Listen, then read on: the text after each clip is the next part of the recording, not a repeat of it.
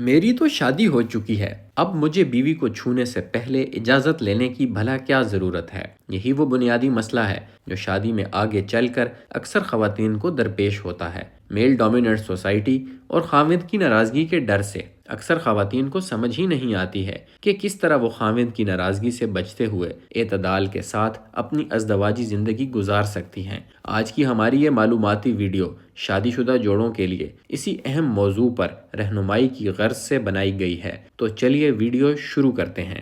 دیکھیے، ایسا سمجھنا کہ شاید شادی پارٹنر کو بغیر چھونے کا سرٹیفکیٹ ہے، بالکل غلط تاثر ہے۔ در حقیقت شادی میں پارٹنر سے ایموشنل انداز میں محبت کا اظہار اور پارٹنر کی عزت کرنا سب سے اہم ہوتا ہے۔ پارٹنر کو کنٹرول کرنا کسی صورت رشتے میں محبت کو نہیں بڑھا سکتا ہے۔ لیکن پھر ایک سوال آپ کے ذہن میں یقیناً آ رہا ہوگا کہ اگر شادی کے بعد بھی پارٹنر کو نہیں چھو سکتے ہیں تو بھلا شادی کرنے کا کیا مقصد ہوا؟ پھر کیسے ہم پارٹنر کو اپروچ کریں؟ تو دیکھیے، آپ کو یہ بات سمجھنے کی ضرورت ہے کہ اگر آپ اپنے پارٹنر کے ساتھ زبردستی کریں گے تو ہو سکتا ہے کہ وقتی طور پر تو وہ ایک یا دو بار آپ کا ساتھ دے دے، لیکن زیادہ دیر تک یہ سلسلہ نہیں چل پائے گا۔ لہٰذا آپ کو اس بات کو یقینی بنانے کی ضرورت ہے کہ شادی شدہ ہو کر بھی اگر آپ دونوں باہمی رضامندی سے صحبت کریں گے تو تب آپ دونوں ذہنی طور پر خود کو پرسکون محسوس کر پائیں گے۔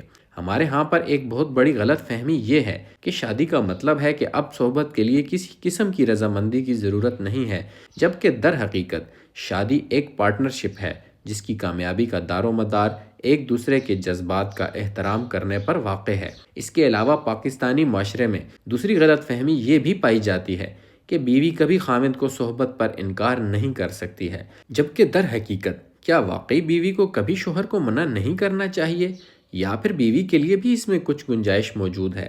دیکھیے، اصولی طور پر تو اگر مسئلہ صرف موڈ کا ہو تو پھر بیوی کو خاوند کی خواہش پوری کرنی چاہیے، لیکن اگر بیوی گھر کے کاموں، اولاد کی پرورش یا ماہواری کے فیز سے گزر رہی ہے تو پھر خاوند کو رحم دلانہ رویہ اپناتے ہوئے بیوی کو مجبور کرنے کی بجائے گھر کے کاموں اور اولاد کی پرورش میں بیوی کا ہاتھ بٹانا چاہیے۔ اسی طرح ماہواری کی صورت میں بھی بیوی کے ساتھ شفقت کا رویہ اپناتے ہوئے ماہواری ختم ہونے کا انتظار کرنا چاہیے۔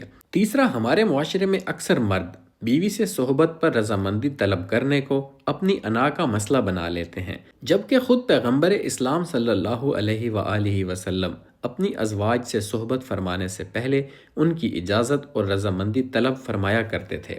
اکثر میاں بیوی چونکہ اس موضوع پر آپس میں درست انداز میں کمیونیکیشن ہی نہیں کر پاتے ہیں، لہٰذا ان کے لیے یہ مسئلہ درد سر بنا رہتا ہے۔ اس بارے میں اچھی کمیونیکیشن کرنے کے لیے کھلے دل کے ساتھ پارٹنر سے پوچھیے کہ کیا آپ کا موڈ صحبت کرنے کا ہے، کیا آپ کمفرٹیبل ہیں۔